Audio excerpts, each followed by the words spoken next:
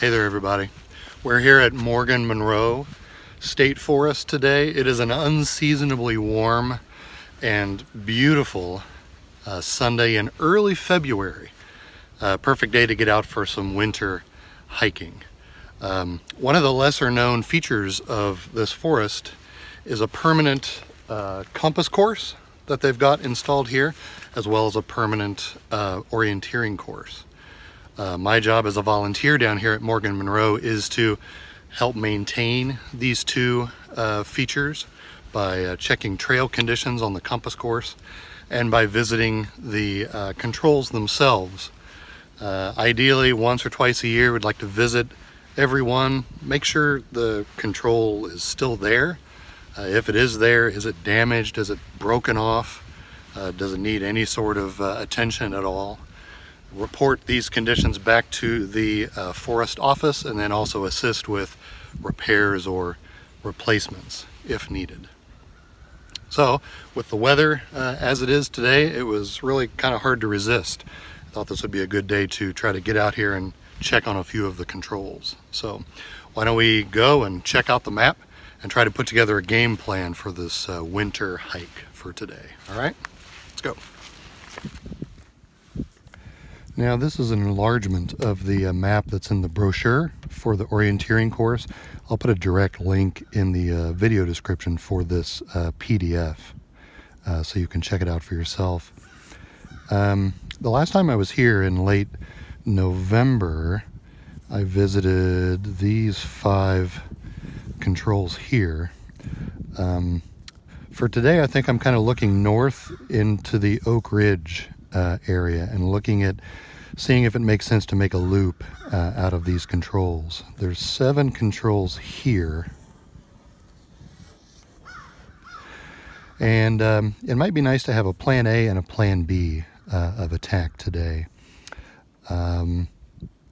Maybe we could at least go after these first 5 if we're approaching from this direction. These first 5, and then maybe make an assessment here about what our pace has been and how much daylight is left in the day. And we can either, from this point, go ahead and go back down the ridge and pick up these last 2 and come back to the main road that way, or we can bail out at this point and just head west along the high ground and just get back to the main road this way. But either way, we're parked here on Scout Ridge.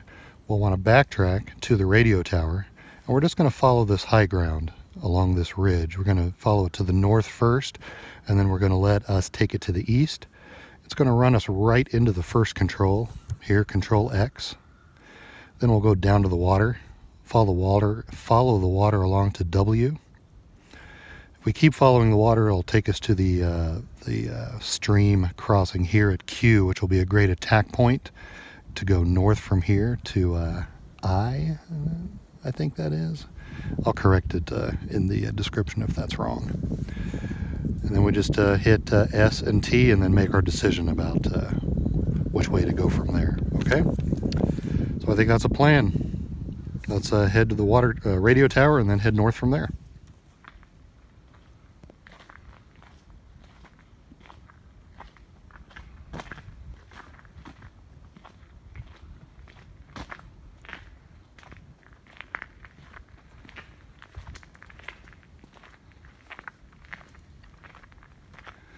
We'll just head north from here and let the ridge veer us to the east.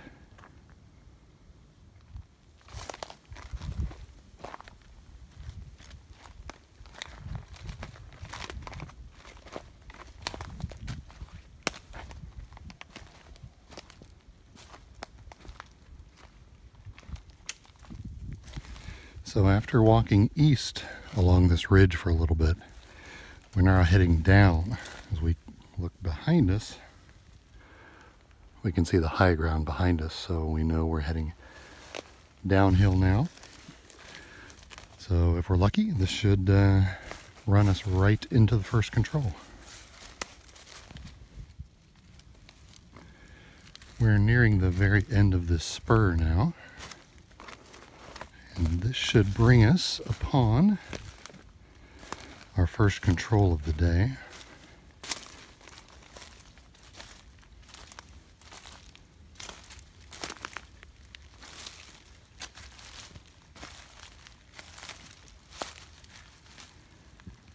And here we are.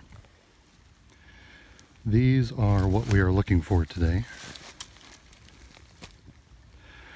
They're yellow carcinite posts, 3 or 4 feet high, with a letter code at the top that corresponds to a key or a legend in the brochure that we were looking at before. The little brown carcinite post right next to the yellow post is a post from an original permanent course that was installed first. The yellow posts are replacement posts that were added later. So we're 1 for 1. That's good. You can see the stream that we talked about in the distance. And we're probably going to go a little bit to the north over here, where the slope is more favorable to get down to the water. And then we will continue east.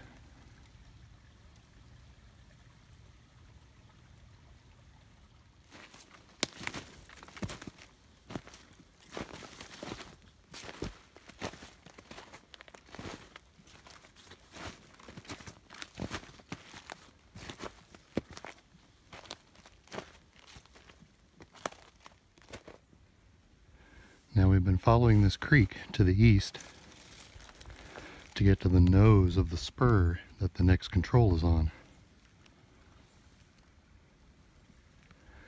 which we should be standing on now. So if we turn our attention uphill and take a look,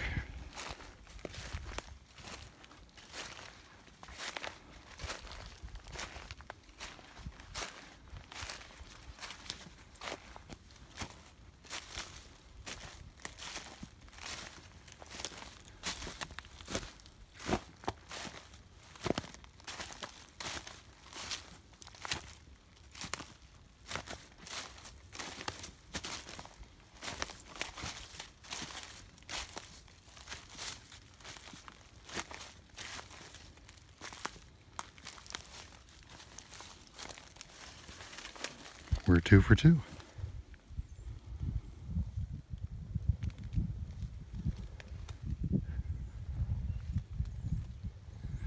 So we'll continue along the stream to the east to the stream junction.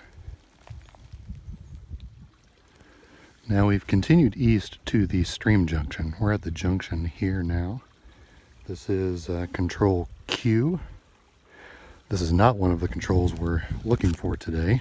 It's just the one at the stream junction, and we're using that as an attack point to head north into that ridge to find control R.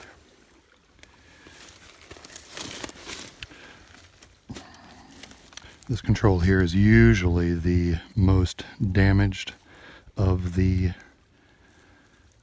controls on this course. It's usually got some sort of gunshot damage, and as you can see, it does. It does now as well. But it is firmly driven into the ground, which is always a little bit of a surprise right here, because this is a stream junction, so the rock layer is not very deep. So it's always impressive to find this control securely embedded. But anyway, let's head north. Hey guys, we traveled north, we climbed that spur, and we found our next control just fine. So that's awesome. I will tell you that climbing that spur was not trivial. We've got odd ground conditions out here today. We've had bitter cold temperatures in the last week, so the ground is still mostly frozen, but because of the sun and the air temperatures, you know, a very small layer on top of that frozen ground is starting to soften up. So it's almost like mud on top of ice. I'm wearing orienteering spikes today for the climbs and such, and that spur just laughed at me, right? So it's a great reminder, you know, even though it's a beautiful day outside, anytime you're out doing hiking, map and compass work, keep a conservative pace, watch your climbs and your descents. Always have in mind what your safety bearing is in case you know, you do get lost.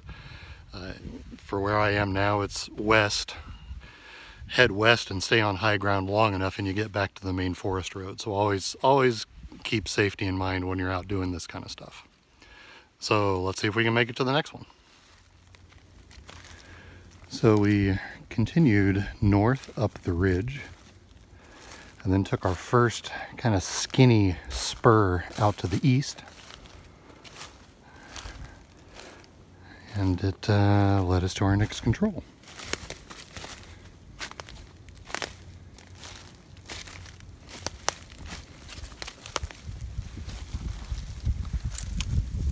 It's solid, it's in good shape.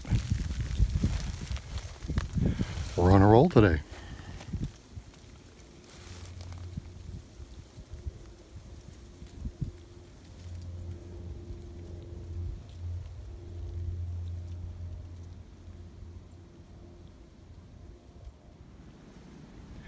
Hey, if you guys took a close look at the map that we looked at the beginning of the video, you might have noticed a small blue dot representing a pond just west of Control T.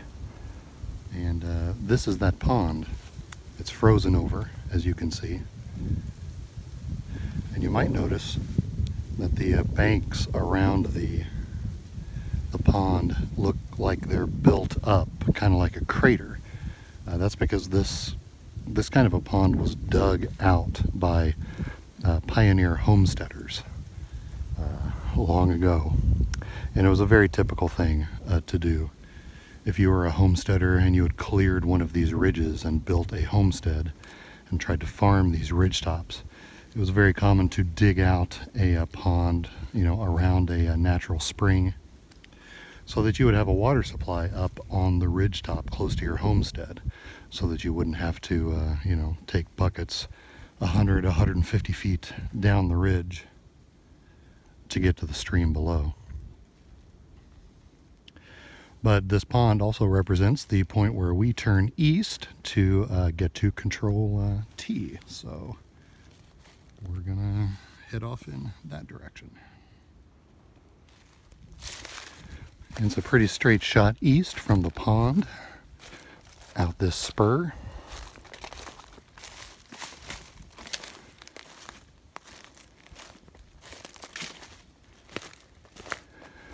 And that should bring us to control number 5 of the day.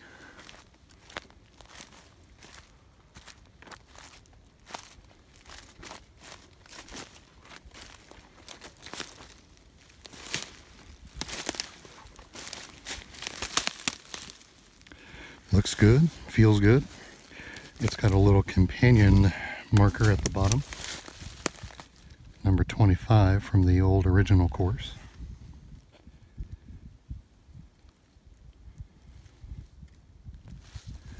We're 5 for 5.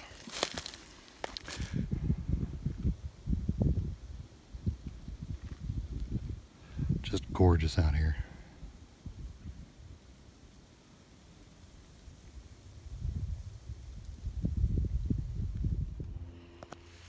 Okay, so we found the first 5 controls actually pretty quick, pretty good pace.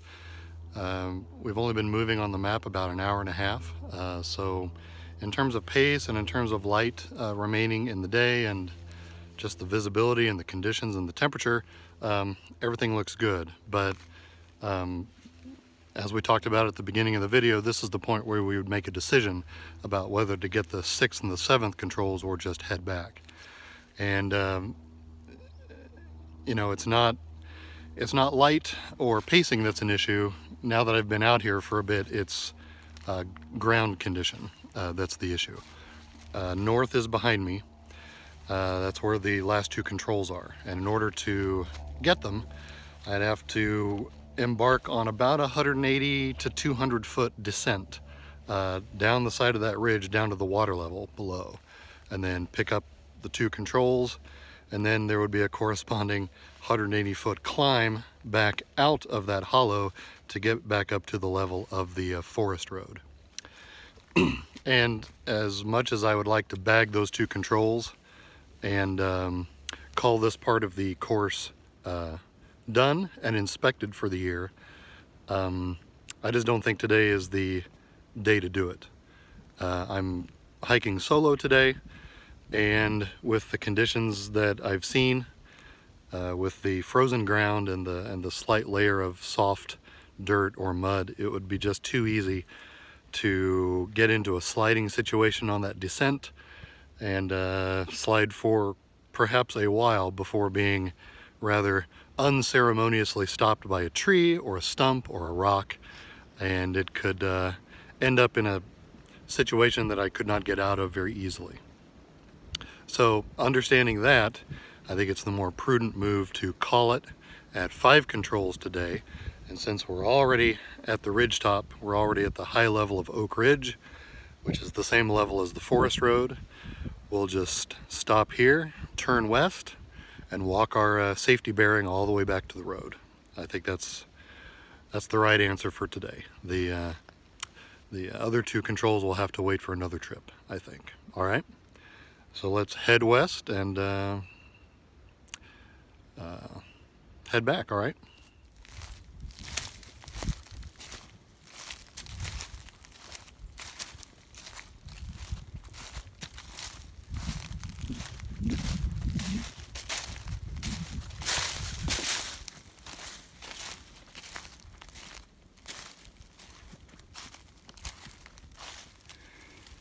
I've been using this stick on the hike today, and you probably won't be able to tell on the video, but every time it hits the ground, it's like it's hitting bedrock. The ground is so totally frozen today.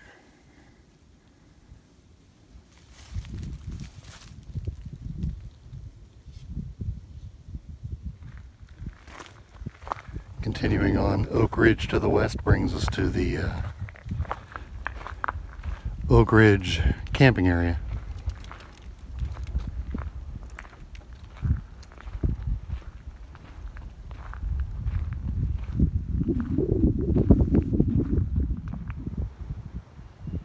And we made it out to the main road.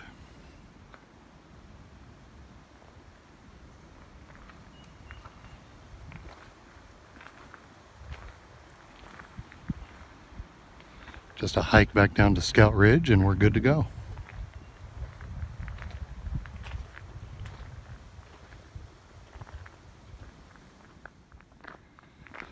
That's the Scout Ridge access road right there.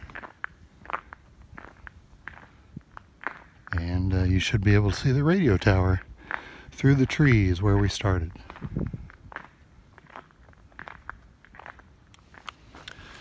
I think that'll about do it for today. It's a February day in the woods in Indiana. They never look like this. So the ability to come out here for a few hours has been a real blessing, and I appreciate you hanging out with me and tagging along.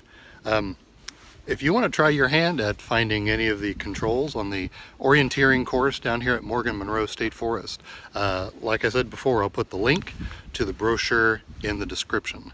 And I hope you have a fun time with it. And if you do come out and you see anything amiss, you see anything damaged, or you're sure you're in the right location but you just can't find the control and you think it might be stolen, do me a favor and drop a comment down below on this video and let me know what you find or what you didn't find. It'll help me, you know, from a volunteer point of view, to know where to investigate next, and to know those areas that might need a little bit of help. So with that, again, thanks for tagging along today, and safe hiking.